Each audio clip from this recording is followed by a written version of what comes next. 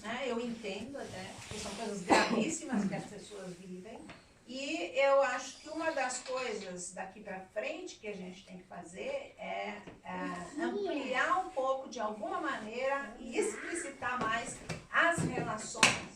Eu fiz uma foto lá em Paris, que eu fui para o grupo da ABRE, a Associação Brasileira de Brasilianistas, a Associação Europeia de Brasilianistas, e esse congresso terminou com uma visita, com uma inauguração do Jardim Marielle Franco, lá na França, que a prefeitura estava patrocinando junto com a ABRE. E aí eu fiz uma foto que eu acho que é simbólica, que eu queria ter impresso para cá e não consegui. Que eu tinha uma índia totalmente caracterizada, vestida, muito bonita, e com a coisa índia, e diz eles na mão, de defesa dos índios. E tinha do lado dela um amigo conversando que tinha uma camiseta com Marielle vive.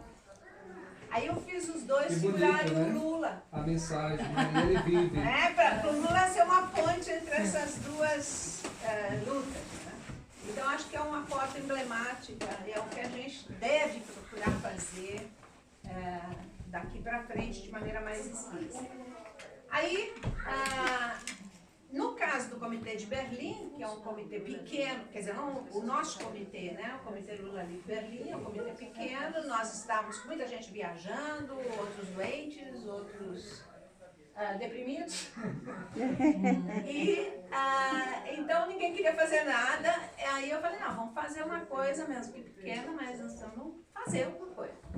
Aí dei um pouco de força e o Bira tinha oferecido o espaço. Eu falei, olha, vai ser frio, vai estar chovendo provavelmente, então é melhor fazer lá dentro. Nós já tinha feito um aniversário meu e da Cristina aí no pátio, que foi muito agradável no verão.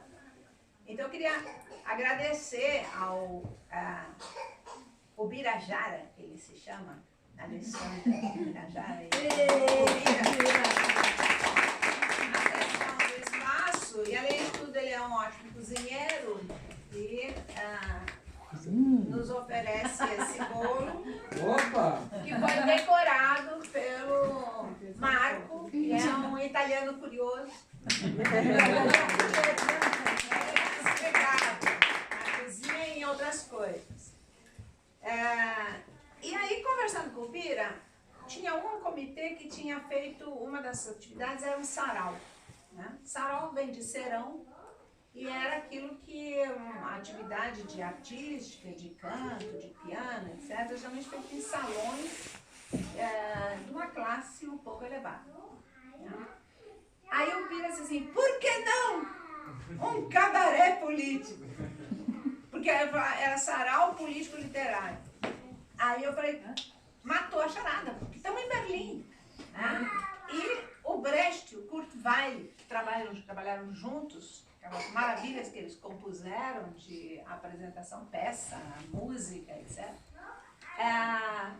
Eles faziam um cabaré político. Né? Até se você procura no Google hoje, cabaré político, remete a eles, entre outras coisas. E o cabaré político era uma espécie de sarau, só que num local que era meio bar, um local alternativo, né?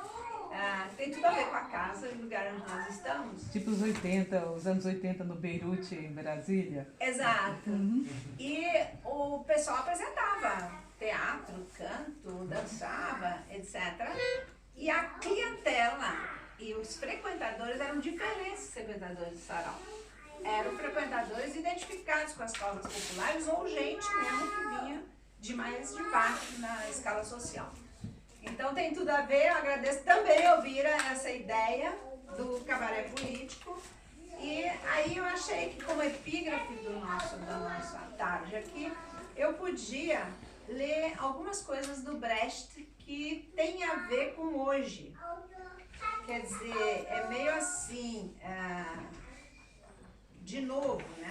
Como se fosse hoje, eu chamaria essa leitura do Brecht, como se fosse hoje. O Brecht todo mundo conhece, né? Um dramaturgo um alemão, que Teatrólogo. é romancista, que inventou o teatro épico, né? E que viveu e lutou na Primeira Guerra Mundial. E depois viveu na República de Weimar e foi muito crítico da República de Weimar. Aliás, existe uma estudiosa brasileira, que foi minha colega na USP, se chama Iná Camargo Costa, que você encontra coisas que ela fala do Brecht em Weimar, né, em filminhos do YouTube. E ela fala uma coisa assim, ela insiste na importância da crítica do perigo que o Brecht viu na República de Weimar antes do nazismo.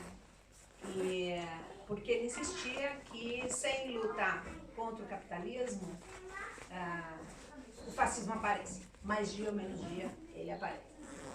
Enfim. É que o fascismo é uma autodefesa do capitalismo. Exatamente. Né? Ele usa, como eles têm um monopólio da violência e tem o monopólio do Estado, então o fascismo não é mais que um anticorpo para ele se manter vivo, né? E o Brecht, ele também defendia o direito à crítica, criticar o sistema. A gente precisa dessa liberdade de poder criticar o sistema, que não existia no nazismo. Entendeu? Você não podia criticar. Era aquele regime totalitário, você não podia falar nada, porque se você falasse alguma coisa contra, você era tido como inimigo. Entendeu? Se você já entrava para a turma dos judeus. Então, o Brecht, ele defendia isso. Que em todo sistema político temos que ter a liberdade de criticar, de falar algo a respeito. Então o Brecht deve ser representativo, porque ele criticou a República de Weimar, criticou o nazismo, foi perseguido também nos Estados Unidos, voltou para a Alemanha Oriental com o teatro dele aqui em Berlim. Em 1953 ele fala, depois da revolta de 17 de junho, ele fala, do jeito que a coisa está indo, vai ser um governo sem povo. Ele tem uma história de exílios, né? Na Suíça, em outros lugares, não é só nos Estados Unidos. E ele trabalhou com Kurt Weill, que também tem uma história de exílio. Né? Kurt Weill, que eu vi uma vez, eu li um livro sobre ele e vi um filme. Fiquei muito impressionada, porque é um dos raros exemplos assim, de pessoa que vai para o exílio e nega a própria língua de origem. Ele falava em casa inglês. Quer dizer, a gente que está em outro país e que volta e meia fala português entre nós, pode pensar o que isso significa. Tomar café em inglês de repente, todo dia. Então, e eles fizeram muita coisa junto, a Ópera dos Três Vinténs, por exemplo, e também era tudo no cabaré político. Então, eu não vou falar muito, mas eu queria ler algumas frases e alguns versos que eu acho que são, que valem para hoje. O Brecht foi profético. Ou isso é sinal de uma coisa pior, que é aquilo que o Mujica diz, que a vida é uma luta constante, porque volta, né? Tudo volta, né? E às vezes volta pior, né? Frequentemente volta pior. Estamos vendo atualmente. E eu botaria como a epígrafe de uma epígrafe, a primeira frase que eu leria é essa: perante um obstáculo, a linha mais curta entre dois pontos pode ser a curva. Eu acho que nós estamos numa curva. Aqui, vários obstáculos que nós temos, inclusive de fundos. Nós fazemos uma curva e está nesta casa hoje fazendo essa pequena círculo. Ilustre, talvez, esse mote do Brecht. Depois tem outra frase que vocês vão reconhecer que tem tudo a ver com o que estamos vivendo lá no Brasil. Aquele que não conhece a verdade é simplesmente um ignorante. Mas aquele que a conhece e diz que é mentira, este é um criminoso. Infelizmente, nós descobrimos vários criminosos nesse sentido, muito próximos desde o golpe. Né? Depois ele tem eu peguei dois clássicos, dois poemas clássicos, vocês conhecem. Um chama Intertexto. Primeiro levaram os negros, mas não me importei por isso, eu não era negro. Em seguida levaram alguns operários, mas não me importei com isso, eu também não era operário. Depois prenderam os miseráveis, mas não me importei com isso, porque eu não sou miserável. Depois agarraram uns desempregados, mas como tem meu emprego, também não me importei. Agora estão me levando, mas já é tarde. Como eu não me importei com ninguém, ninguém se importa comigo. Consequente. Parece meus vizinhos da Vila Madalena. Depois tem um que também é bastante conhecido, os que lutam. Há aqueles que lutam um dia e por isso são muito bons. Há aqueles que lutam muitos dias e por isso são muito bons. Há aqueles que lutam anos e são melhores ainda. Porém, há aqueles que lutam toda a vida. Esses são os imprescindíveis. Eu acho que o Lula é o Lula, 74 anos. Viva Lula!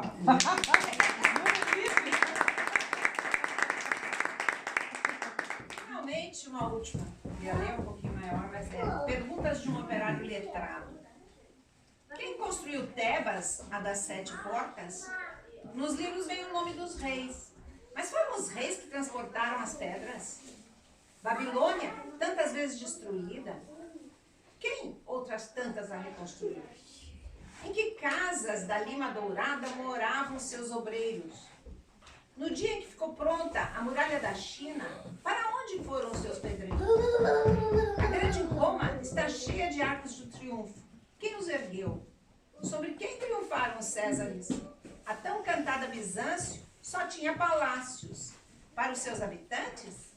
Até a legendária Atlântida, na noite em que o mar a engoliu, viu afogados gritar por seus escravos.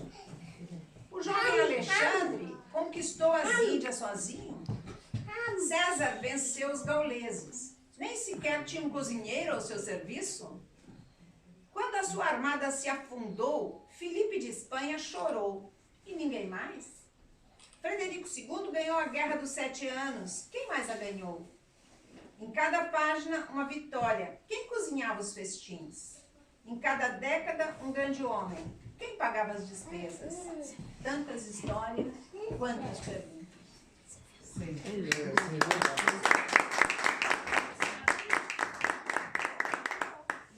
Eu me